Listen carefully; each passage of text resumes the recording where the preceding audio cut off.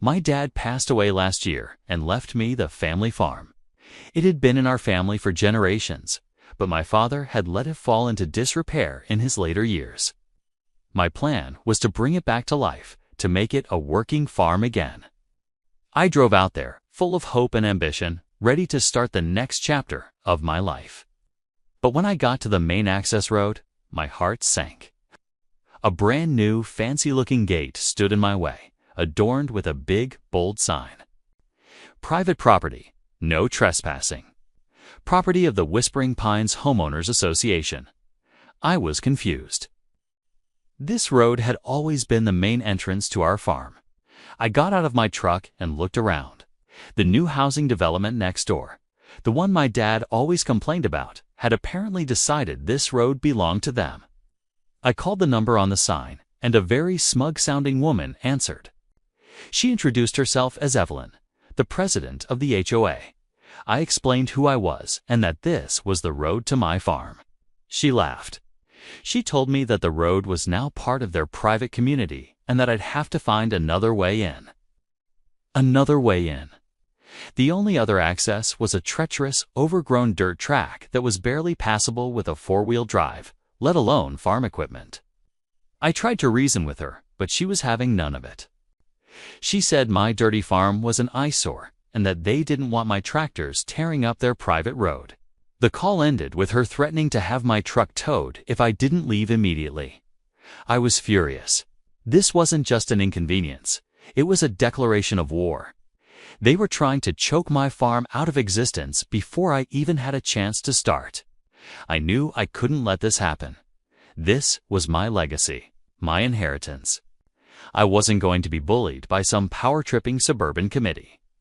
This meant more to me than they could ever understand. The fight for my farm had just begun. My next step was to confront the HOA in person. I found out they were having their monthly meeting in the community clubhouse, a building that looked more like a country club than a neighborhood center. I walked in, and the conversation immediately stopped. About a dozen pairs of eyes stared at me, a mix of curiosity and hostility. I saw the woman I presumed was Evelyn sitting at the head of the table, looking like a queen holding court. I introduced myself again and calmly stated my case. I explained that the road was the only viable access to my property, and that it had been used by my family for over a century. Evelyn just smiled that same smug smile. She claimed their developers had purchased the land, including the road, and that the official plat maps proved it. One of the other board members, a man who looked like he'd never done a day of manual labor in his life, chimed in. "We've invested a lot of money to make this a beautiful, exclusive community. We can't have muddy tractors and farm smells ruining the ambiance." The ambiance? I was trying to run a business to continue a family tradition, and they were worried about ambiance. The meeting quickly devolved into a shouting match. They called me a trespasser. I called them land thieves. They threatened legal action. I told them to bring it on. It was clear that talking was useless. These people were unreasonable. They'd built their little kingdom and saw my farm as a blight on their perfect world. They didn't see the history or the heritage. They just saw dirt and an obstacle to their inflated property values. I left that meeting more determined than ever. If they wanted to play hardball, then so could I. They had their fancy maps and their lawyers. But I had something they didn't: the truth, and I was going to dig it up, no matter how deep it was buried. I knew that arguing with the HOA was a dead end. The only way to win this was with cold, hard facts. My dad, God rest his soul, was a bit of a pack rat. He never threw anything away. I started in the old farmhouse attic, a dusty time capsule filled with generations of forgotten treasures. I spent days, which turned into weeks, sifting through boxes of old papers. I found letters from my great-great-grandfather, old family photos, and report cards from the 1930s. It was a journey through my family's history, but I was on a mission. I needed deeds, surveys, and county records. After countless hours of searching, covered in dust and cobwebs, I finally found it. It was a thick, leather-bound folder tucked away in an old trunk. Inside were the original deeds to the farm, dating back to the late 1800s. There were hand-drawn maps and official-looking documents with wax seals.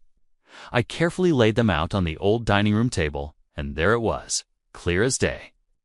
A document from 1925, when the county was formalizing a lot of the rural roads, showed a legal easement granting our property permanent and unrestricted access via that specific road.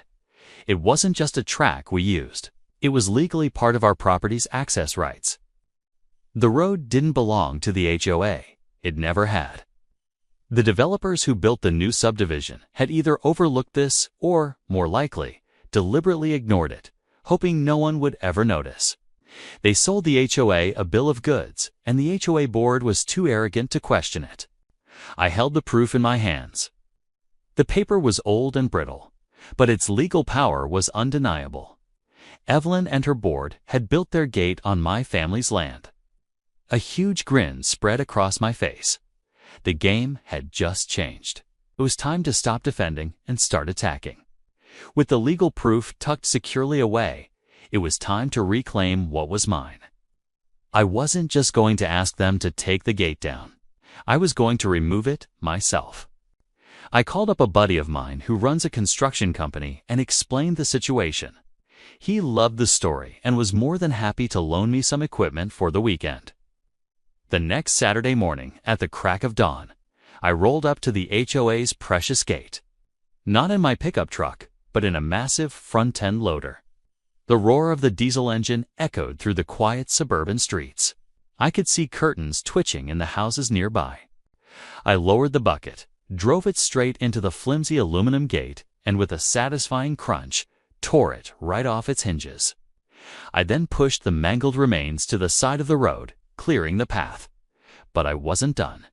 My dad had left a bunch of old, heavy concrete barriers on the farm, the kind they use for road construction. Using the loader, I spent the next few hours hauling them over and strategically placing them. I didn't just reopen my road, I closed theirs. The path they had been using as a convenient shortcut through the edge of my property to another main road was now completely blocked. I put up my own signs, big, professionally made ones that read, "Private farm property. No trespassing. Violators will be prosecuted." By the time I was finished, Evelyn and a small, angry mob of her HOA disciples had gathered.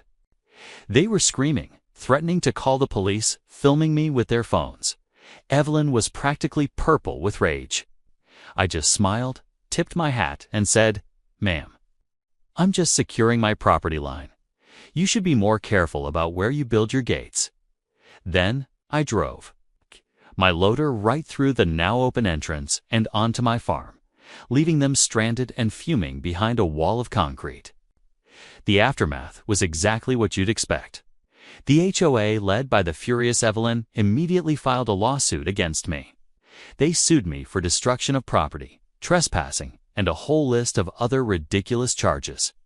They filed for an emergency injunction to have my barriers removed.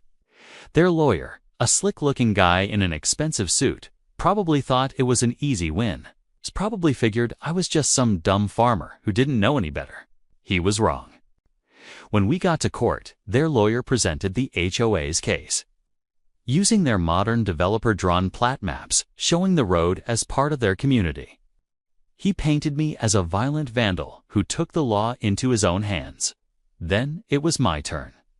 My lawyer stood up and presented the original, century-old deeds and the legally recorded easement from 1925. He showed the judge the official county records that backed up our claim. The judge took one look at the evidence, then looked at the HOA's flimsy case. You could see the moment he realized what had happened. He didn't just dismiss their case, he lectured them. He told them they had performed an illegal land grab, and that they were lucky I wasn't countersuing them for damages and legal fees. Evelyn and the board sat there in stunned silence, their faces white as ghosts. The judge ruled that the road was, and always had been, the legal access for the farm, and that my barriers on my property line were perfectly legal. I walked out of that courthouse feeling 10 feet tall. I had not only saved my farm, but I had also defended my family's legacy. The farm is thriving now, and the HOA, well, they had to spend a fortune building a new, much longer road around my property. Every time I drive my tractor down my road, I give a little wave toward their neighborhood. I think it adds to their ambience. Thanks for watching, and don't forget to like and subscribe for more stories.